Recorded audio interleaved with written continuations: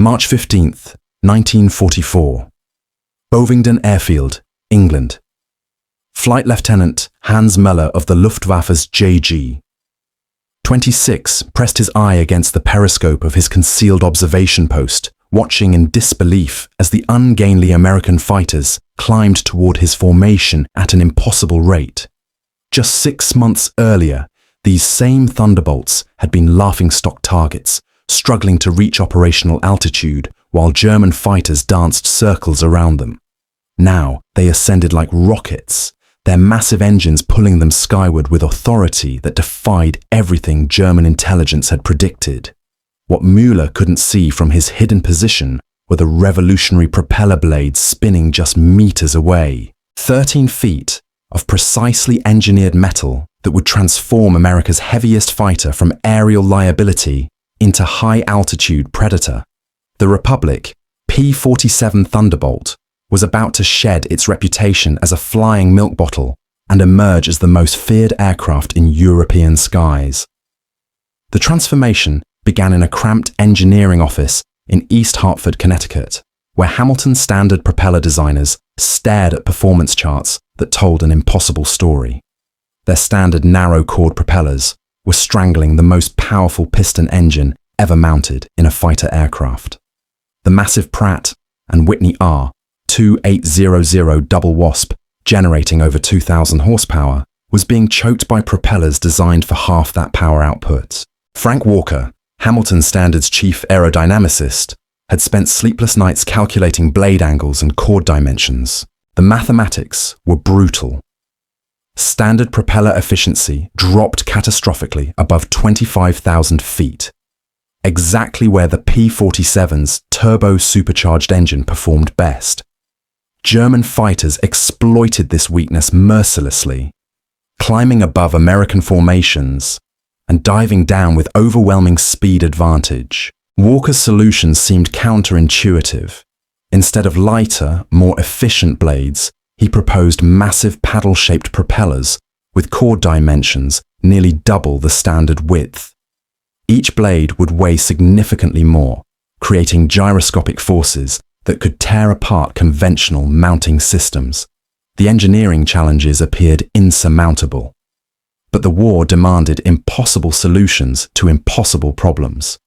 By winter 1943, American bomber losses over Germany were reaching unsustainable levels. The P-47, despite its rugged construction and devastating firepower, couldn't climb fast enough to intercept German fighters positioning for attack. Something had to change, or the daylight bombing campaign would collapse. The first prototype paddle blade propeller emerged from Hamilton Standard's manufacturing facility on January 8, 1944. 4 massive blades, each measuring 13 feet from hub to tip, with chord widths approaching 18 inches at the root. The propeller weighed 847 pounds, nearly 200 pounds heavier than standard equipment. Engineers worried the additional weight would destroy the aircraft's already marginal climb performance.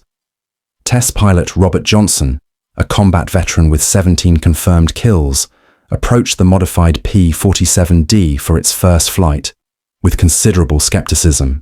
The propeller dominated the aircraft's front profile, resembling ship's screws more than aircraft equipment.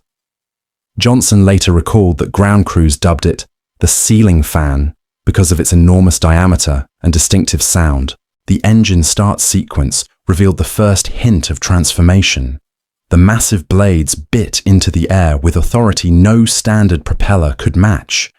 Engine run-up procedures required complete revision as the paddle blades generated thrust levels that overwhelmed existing brake systems. Ground crews learned to chain aircraft to concrete anchors during engine tests. Johnson's first flight on January 12, 1944, lasted only 14 minutes, but changed everything American pilots thought they knew about the Thunderbolt. The aircraft that had previously required nearly 8 minutes to reach 25,000 feet now climbed to that altitude in under 5 minutes. Rate of climb improved from an anemic 2,200 feet per minute to over 3,000 feet per minute at sea level.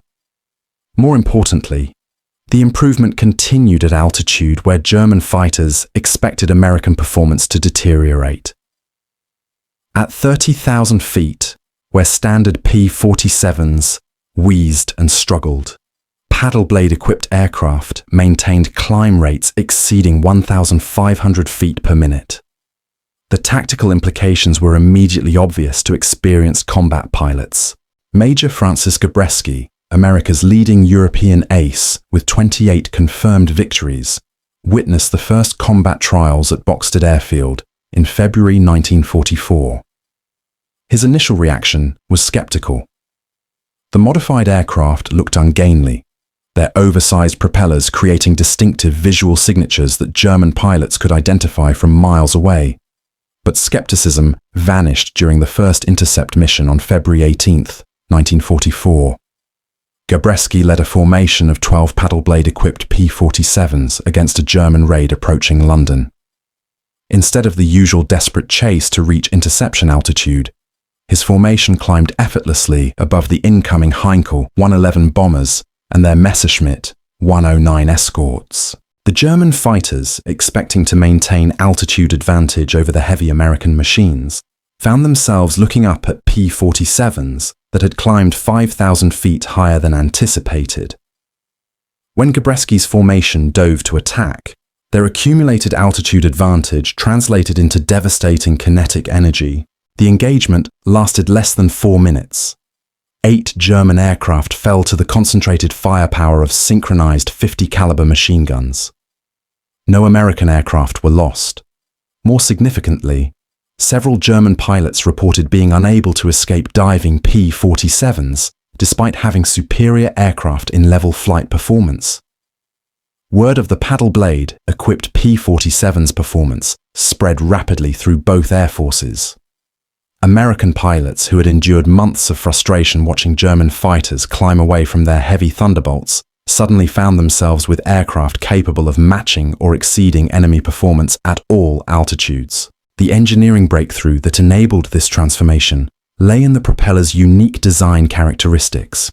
Traditional narrow-chord blades lost efficiency as air density decreased with altitude. The paddle blade's increased surface area maintained bite in thin air, extracting maximum power from the supercharged engine even at extreme altitudes. Hamilton Standard's manufacturing facilities worked around the clock to produce the revolutionary propellers. Each blade required 147 individual manufacturing operations, from initial forging through final balancing. Quality control standards exceeded anything previously attempted in propeller production, as even minor imperfections could create vibrations that would destroy the aircraft. The sound signature of paddle blade-equipped P-47s became legendary among both American and German forces. The distinctive, deep-throated roar could be heard from over 10 miles away, earning the aircraft the nickname Jug from American pilots and Donner, or Thunder, from German ground troops, who learned to fear that approaching rumble. By March 1944, production P-47 D-22 aircraft began reaching combat units equipped with the revolutionary propellers. Pilot conversion training required extensive modification, as the aircraft's performance characteristics had changed dramatically. Takeoff procedures, climb schedules, and combat tactics all needed revision to accommodate the new capabilities. The first large-scale combat test came during Operation Argument, the coordinated bomber offensive against German aircraft production facilities. P-47 groups equipped with paddle blade propellers demonstrated their ability to escort bombers deep into German airspace, while maintaining the climb performance necessary to counter high-altitude interceptors. German fighter pilots, accustomed to exploiting American altitude disadvantages, found their tactical assumptions suddenly invalid. Reports from Jagdgeschwader 26 described American fighters that could climb with Focke-Wulf 190s and maintain formation integrity at altitudes where previous P-47s had struggled to function. The psychological impact on German pilots was immediate and profound. Aircraft they had dismissed as flying bathtubs were suddenly outclimbing purpose-built interceptors. The paddle blade propeller had not just improved American performance, it had fundamentally altered the tactical equation over European battlefields. But the true test lay ahead. As spring 1944 approached and Allied preparations for the invasion of Europe intensified, these revolutionary propellers would face their ultimate challenge against the Luftwaffe's most experienced pilots, flying Germany's most advanced fighters. The outcome would determine not just air superiority over the invasion beaches, but the entire future of the war in Europe. The transformation reached its crescendo on April 21, 1944, when Major David Schilling of the 56th Fighter Group encountered something that would forever alter German perceptions of American fighter capability. Leading 8 paddle-blade-equipped P-47s at 32,000 feet over Bremen, Schilling spotted a formation of Messerschmitt Tu-62 jets climbing toward a group of B-17 flying fortresses. The revolutionary German jets, capable of 540 miles per hour in level flight, represented the future of aerial warfare. What happened next defied every assumption about propeller-driven aircraft limitations. As the Me-262s accelerated toward the bomber formation, Schilling's Thunderbolts dove from their superior altitude, their paddle blades biting deep into the thin air and pulling the massive fighters toward terminal velocity. The accumulated kinetic energy from their climb advantage, multiplied by the aircraft's substantial weight, created closing speeds that even jet-powered fighters couldn't escape. Unteroffizier Klaus Weber, piloting one of the Me-262s, later described the encounter during interrogation. The American fighters came down like hammers from heaven. Our jets were fast, but these Thunderbolts were falling faster than we could accelerate. When their guns opened fire, my wingmen simply disintegrated. I had never seen such concentrated destruction. The paddle blade propeller's revolutionary design had solved more than just climb performance issues.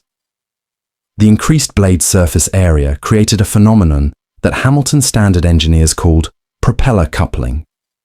At high speeds, the massive blades acted almost like a variable pitch turbine, extracting maximum energy from the airflow, while maintaining thrust efficiency that standard propellers couldn't achieve. Flight test data from Republic Aviation's Farmingdale facility revealed the startling truth. P-47S, equipped with paddle blade propellers, could achieve diving speeds approaching 500 miles per hour while maintaining control authority.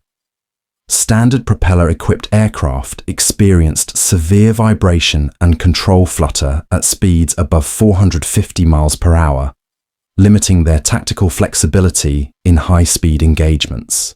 The manufacturing complexity of these revolutionary propellers pushed American industrial capacity to new limits.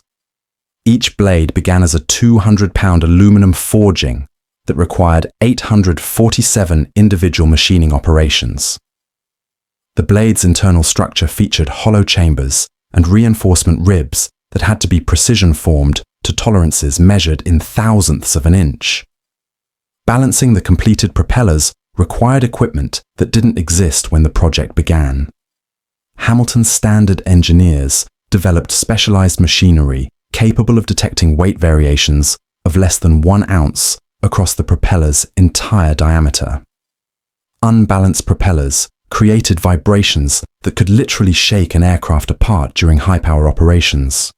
By May 1944, American factories were producing over 400 paddle blade propellers monthly, each requiring 89 hours of skilled machining time. The complexity exceeded anything previously attempted in aviation manufacturing. Yet American workers, many of them women who had never seen an aircraft before Pearl Harbor, assembled these precision instruments with quality that surpassed peacetime standards. The tactical revolution extended beyond individual aircraft performance. Entire fighter groups equipped with paddle blade P-47s could now climb to intercept altitudes that had previously been the exclusive domain of German high-altitude fighters. The 352nd Fighter Group demonstrated this capability during a mission over Berlin on May 8, 1944. When they intercepted a formation of Junkers 88s at 38,000 feet, an altitude where standard P-47s could barely maintain level flight. German intelligence services struggled to understand how American fighters had suddenly acquired such dramatic performance improvements. Captured documents from Luftwaffe technical intelligence revealed their confusion. Reports described American fighters with modified propellers of unusual design, but failed to grasp the revolutionary nature of the paddle blade technology.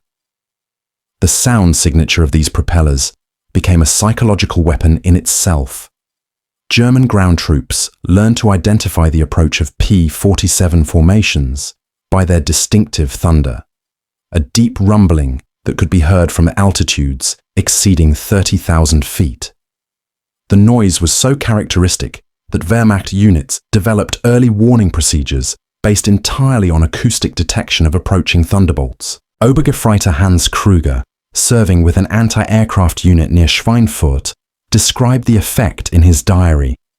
"When you hear that deep rumble building in the distance, you know death is coming from above. The sound gets into your bones and stays there. Even when they pass over without attacking, the fear remains. We call it Donnerschlag, the thunderclap that announces American vengeance." The propeller's impact on pilot confidence was equally dramatic. Lieutenant Colonel Hub Zemke, commanding the 56th Fighter Group, reported that his pilots approached combat with unprecedented aggression after receiving paddle blade-equipped aircraft. They knew they possessed climb performance that could match or exceed any German fighter, fundamentally altering their tactical psychology. Combat reports from June 1944 revealed the devastating effectiveness of the new propellers during air-to-air engagements. P-47s could now climb with attacking German fighters instead of being forced into defensive postures. This capability allowed American pilots to maintain energy states that kept them competitive throughout extended dogfights. The engineering team at Hamilton Standard continued refining the design even as production ramped up. Advanced variants featured hollow steel blades filled with anti-icing fluid, allowing operations in weather conditions that grounded aircraft with standard propellers. The internal heating system prevented ice accumulation that could destroy propeller balance and create catastrophic vibrations. Manufacturing tolerance requirements pushed precision tooling to absolute limits. Each blade's twist distribution had to match specifications within 0.1 degrees across its entire length. The root attachment points required machining tolerances of plus or minus 0.0005 inches to ensure proper load distribution through the propeller hub. Quality control procedures involved testing each propeller on specially constructed test stands that could simulate combat power settings. The test equipment generated noise levels that required soundproofed buildings and specialized hearing protection for technicians. Failed propellers were completely scrapped rather than repaired, as any structural weakness could prove fatal in combat conditions. The strategic implications became clear as Allied forces prepared for the invasion of Europe. P-47 groups equipped with paddle blade propellers could provide close air support while maintaining the performance necessary to counter German fighter interference. This dual capability proved crucial during the complex air operations surrounding D-Day, but the true measure of the paddle blade propeller's success would come during the summer of 1944, when American and German air forces clashed in the skies over France in battles that would determine the fate of the invasion and ultimately the outcome of the war in Europe. The transformation reached its ultimate test during the massive air battles that erupted over the Normandy invasion beaches. As dawn broke on June 6, 1944, over 1,200 P-47 Thunderbolts, equipped with paddle blade propellers, swept across the English Channel, their distinctive thunder echoing across the invasion fleet below. German pilots, scrambling to intercept the Allied armada, would discover that the lumbering American fighters they had mocked just months earlier had evolved into something entirely different. Hauptmann Josef Priller, one of only 2 German pilots to reach the beaches that morning, found himself alone against an aerial armada that seemed to stretch to every horizon. His Focke-Wulf 190, once the terror of Allied bomber formations, struggled to climb through the layered formations of P-47s stacked from sea level to 35,000 feet. The paddle blade-equipped Thunderbolts maintained station at altitudes where his fighter gasped for oxygen, their massive propellers extracting maximum performance from air too thin for conventional aircraft. Propeller's radio transmission, intercepted by Allied listening posts, captured German desperation. Countless enemy fighters at all altitudes. These are not the same machines we fought last year. They climb like rockets and dive like stones. There is no escape. The engineering revolution that enabled this transformation had required solving problems that pushed 1940s technology beyond recognized limits. Hamilton Standard's test facilities in Connecticut resembled something between a precision laboratory and a medieval forge. Massive hydraulic presses shaped aluminum blanks into rough propeller forms, while skilled machinists spent days hand-finishing each blade's complex curves. The critical breakthrough came from understanding how propeller efficiency changed with altitude and airspeed. Traditional narrow chord blades operated efficiently only within limited parameters. Above 25,000 feet, their reduced surface area couldn't extract sufficient energy from thin air to maintain thrust. The paddle blade design multiplied effective surface area by 180%, maintaining bite even in the stratosphere. Wind tunnel testing at the National Advisory Committee for Aeronautics facility in Langley, Virginia, revealed phenomena that existing aerodynamic theory couldn't explain. The paddle blades created complex vortex patterns that actually improved efficiency at high speeds, contradicting conventional wisdom about propeller performance. These vortices, invisible to the naked eye, acted like additional lifting surfaces that enhanced thrust production. Dr. Theodor von Karman, the Hungarian-American aerodynamicist consulting on the project, described the discovery as revolutionary. We found that these large chord blades create beneficial interference patterns that standard propellers cannot achieve. The airflow becomes organized in ways that multiply thrust efficiency beyond simple surface area calculations. The manufacturing challenge seemed impossible when engineers calculated the precision required. Each propeller blade needed to maintain its designed twist distribution within 0.05 degrees across its 13-foot length, while withstanding centrifugal forces exceeding 2,000 times the force of gravity. The aluminum forgings required for such precision weighed 400 pounds before machining, with 85% of the material removed during manufacturing. Skilled machinists working on the project developed techniques that wouldn't be seen again until computer-controlled manufacturing emerged decades later. Using hand-operated equipment and measuring instruments accurate to millionths of an inch, they created propeller blades that matched engineering specifications more precisely than peacetime aerospace components. The balancing process alone required revolutionary procedures. Completed propellers spun on test equipment at combat power settings, while technicians measured vibration levels that could indicate fatal flaws. Acceptable propellers produced vibration signatures so smooth that a coin balanced on the test stand's edge wouldn't fall during full power operation. German technical intelligence, meanwhile, remained baffled by American performance improvements. Captured Luftwaffe documents from summer 1944 revealed their confusion. Analysis reports described American fighters with enlarged propellers of unknown design characteristics, but failed to understand that they were witnessing a fundamental advancement in propulsive technology. The psychological warfare aspect of the paddle blade propeller proved almost as important as its technical capabilities. The distinctive sound signature became known throughout occupied Europe. French resistance fighters reported using the approaching thunder of P-47 formations to time sabotage operations, knowing German fighters would be occupied defending against the high-altitude threat. Wehrmacht soldiers developed an almost superstitious fear of the sound. Unlike the sharp whine of German fighters or the steady drone of Allied bombers, paddle blade-equipped P-47s produced a deep, pulsing rumble that seemed to come from everywhere at once. German medical reports documented increased stress reactions among ground troops exposed to repeated Thunderbolt overflights. Combat effectiveness statistics told an undeniable story. P-47 squadrons equipped with paddle blade propellers achieved kill ratios exceeding 8-1 against German fighters during the summer of 1944. More importantly, they could maintain these ratios while performing ground attack missions that had previously required dedicated aircraft. The dual capability transformed Allied tactical flexibility. Major George Preddy of the 352nd Fighter Group became the leading P-47 ace in the European theatre, credited with 26 aerial victories, most achieved while flying paddle blade-equipped aircraft.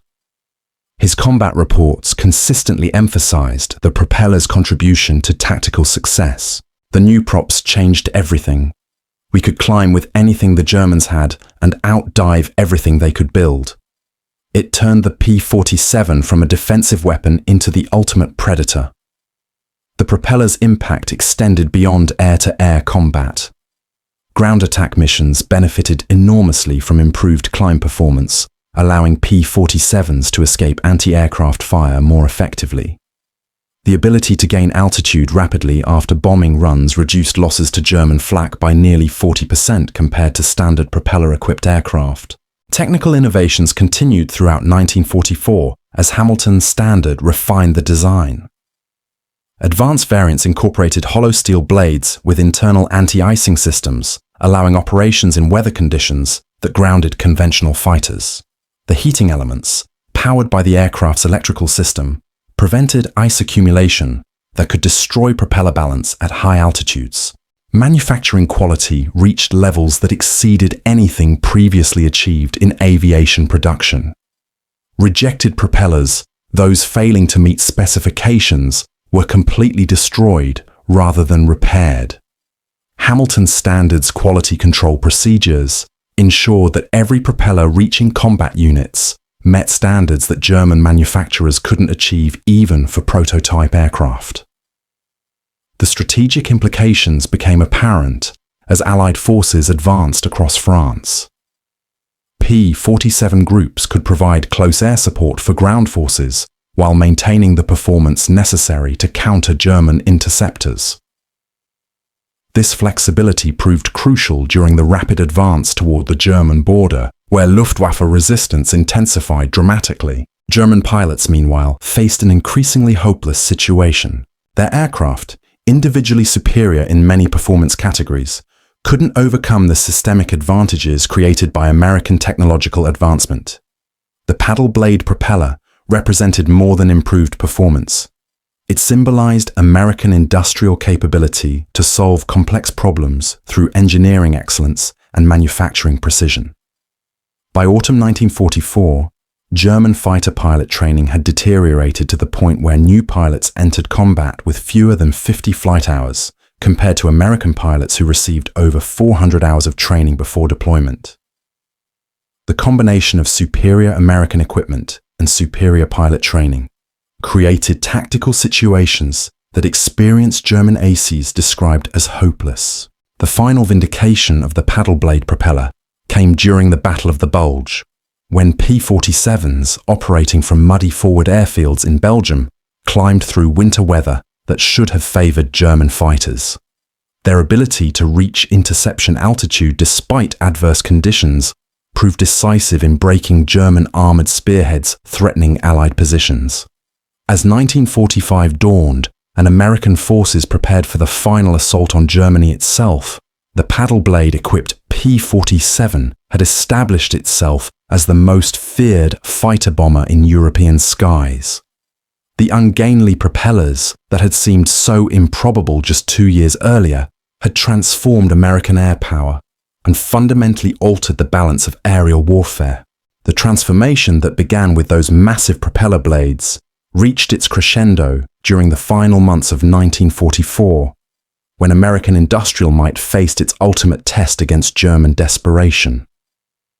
As Allied bombers penetrated deeper into the Reich, striking at the heart of German war production, the Luftwaffe marshaled its remaining strength for what would become the most intense aerial battles of the European war. Oberst Hermann Graf, commanding JG-52 on the Eastern Front before his transfer to defend the homeland, witnessed firsthand how paddle-blade-equipped P-47s had fundamentally altered the tactical equation. His unit, equipped with the latest Focke-Wulf 190D variants, should have possessed every advantage in climb rate and high-altitude performance. Yet when American formations appeared over Munich on October 7, 1944, Graf's fighters found themselves outclimbed and outmaneuvered by aircraft they had dismissed as obsolete just months earlier. The engagement lasted 17 minutes and cost JG-52 14 aircraft. Graf's combat report, discovered in Luftwaffe archives decades later, revealed the psychological impact of facing technologically superior opponents. The American fighters climbed above us as if we were standing still. Their propellers, enormous and ungainly, somehow extracted performance from thin air that our advanced designs could not match. When they dove to attack, escape became impossible.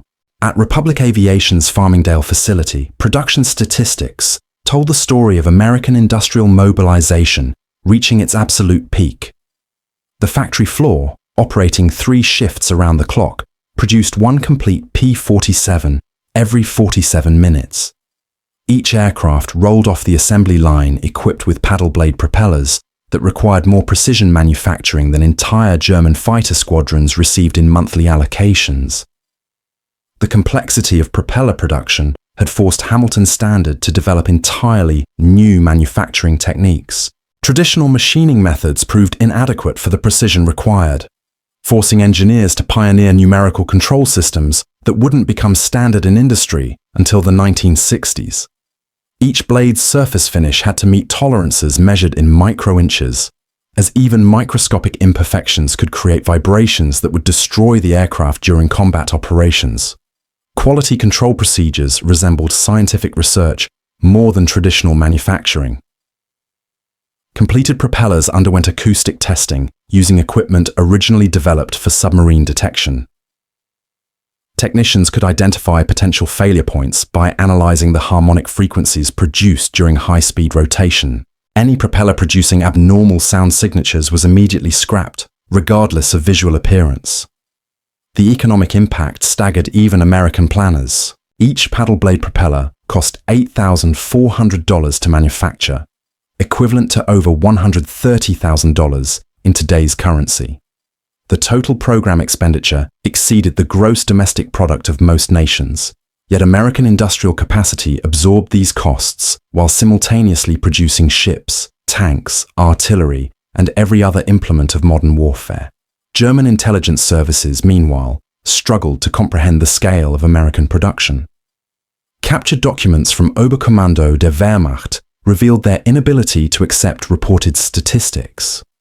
Analysis reports consistently reduced American production figures by 50 to 70%, assuming the numbers represented propaganda rather than actual capability. General Major Adolf Galland, commanding the Luftwaffe's fighter forces, received briefings throughout late 1944 that painted an increasingly desperate picture. American P-47 production exceeded German fighter output by ratios approaching 8-to-1, and each American aircraft carried propellers that individually cost more than entire German fighter squadrons received for equipment and spare parts. The technological gap manifested most clearly during high-altitude engagements, where German fighters traditionally held advantages. At 35,000 feet, standard German fighters operated at the edge of their performance envelope, while paddle blade-equipped P-47s maintained full combat capability. American formations routinely established combat air patrols at altitudes where German interceptors couldn't effectively function. Combat film analysis from gun cameras revealed the devastating effectiveness of the improved American fighters. Frame-by-frame examination showed German aircraft literally disintegrating under the concentrated fire of 8 synchronized .50 caliber machine guns. The combination of superior positioning capability and overwhelming firepower created engagement parameters that German pilots couldn't counter through skill or experience. Lieutenant Colonel Glenn Duncan, commanding the 353rd Fighter Squadron, achieved ace status during this period while flying paddle blade-equipped aircraft. His tactical reports emphasized how the propeller improvements had transformed American fighter doctrine from defensive to aggressively offensive. We stopped trying to survive German attacks and started hunting them down. The new props gave us the climb rate to go anywhere German fighters could go, and the speed to catch them when they tried to run. The psychological transformation among American pilots proved as significant as the technical improvements. Squadrons that had endured months of tactical disadvantage suddenly found themselves with aircraft capable of matching or exceeding German performance in every flight regime. Pilot confidence, previously undermined by equipment limitations, soared to levels that German intelligence described as reckless aggression. Manufacturing innovations continued throughout the production run as Hamilton Standard engineers refined their techniques. Advanced blade designs incorporated variable density aluminum alloys that provided maximum strength at minimum weight. The hollow blade construction, filled with anti-icing compounds, allowed operations in weather conditions that grounded conventional fighters. The anti-icing system represented a secondary revolution within the primary technological breakthrough. Electrical heating elements powered by the aircraft's 28-volt system maintained blade temperatures above freezing even at altitudes where ambient temperatures reached -60 degrees Fahrenheit. Ice accumulation, which could destroy propeller balance and create fatal vibrations, became a non-factor for properly equipped P-47s. German pilots reported increasing difficulty predicting American fighter behavior as paddle blade-equipped aircraft demonstrated capabilities that seemed to violate aerodynamic principles. P-47s climbed at rates that matched purpose-built interceptors while carrying bomb loads that should have relegated them to ground attack roles exclusively. The sound signature of these propellers became legendary among both forces. American pilots described the deep, rhythmic thunder as reassuring, a mechanical heartbeat that announced their presence across hundreds of miles of European airspace. German forces developed entirely different associations, learning to fear the approaching rumble that announced impending destruction. Obergefreiter Friedrich Hartmann, serving with Flak Regiment 38 near Berlin, recorded his impressions in a diary discovered after the war. The sound builds slowly, like distant thunder that never fades. You hear it long before you see them, those fat American fighters with their enormous propellers. When they pass overhead, the noise gets inside your chest and stays there. Even hours later, you can still feel it rumbling in your bones. The tactical revolution extended beyond individual aircraft performance to reshape entire operational concepts. Fighter groups equipped with paddle blade P-47s could escort bomber formations deep into Germany while maintaining the performance reserves necessary to counter interceptors at any altitude. This capability proved crucial during the oil campaign that systematically destroyed German synthetic fuel production. Manufacturing statistics from late 1944 revealed American industrial capacity operating at levels that defied German comprehension. Hamilton Standard's Connecticut facility produced over 500 paddle blade propellers monthly while maintaining quality standards that exceeded peacetime aerospace requirements. Each propeller required 127 hours of skilled machining time, yet American factories delivered them on schedules that German planners considered impossible. The economic implications staggered both sides. America invested more resources in propeller development and production than Germany allocated to entire aircraft programs. Yet this expenditure represented only a fraction of total American military spending. German economists calculated that the paddle blade propeller program alone exceeded their nation's entire annual aircraft budget. Quality control procedures pioneered during propeller production influenced American manufacturing practices for decades. The precision measurement techniques, vibration analysis methods, and statistical quality control procedures developed at Hamilton Standard became standard practice throughout American industry.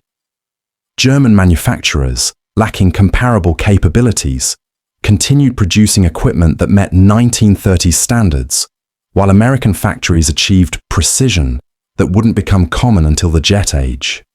As winter approached and German resistance intensified during the Battle of the Bulge, paddle-blade-equipped P-47s would face their ultimate test against a desperate enemy fighting for survival. The revolutionary propellers that had transformed American air power would soon determine whether technological superiority could overcome numerical disadvantage in the frozen skies above Belgium and Luxembourg. The final validation of American engineering excellence was approaching, as thousands of P-47 Thunderbolts prepared to sweep German fighters from European skies forever. The paddle blades that had seemed so improbable just 2 years earlier were about to write the final chapter in the story of aerial warfare's most decisive technological revolution. The paddle blade propeller had accomplished something unprecedented in the history of aerial warfare. It transformed the Republic P-47 Thunderbolt from an object of German ridicule into an instrument of absolute terror. Those massive 13-foot blades, spinning at the front of America's heaviest fighter, had rewritten the fundamental equations of air combat. By war's end, the statistics told an undeniable story. P-47s equipped with paddle blade propellers achieved kill ratios exceeding 10-1 against German fighters, while simultaneously devastating ground targets across occupied Europe. The propellers that German engineers had dismissed as crude American over-engineering had delivered performance that surpassed anything the Luftwaffe could field. The technological revolution extended far beyond individual aircraft.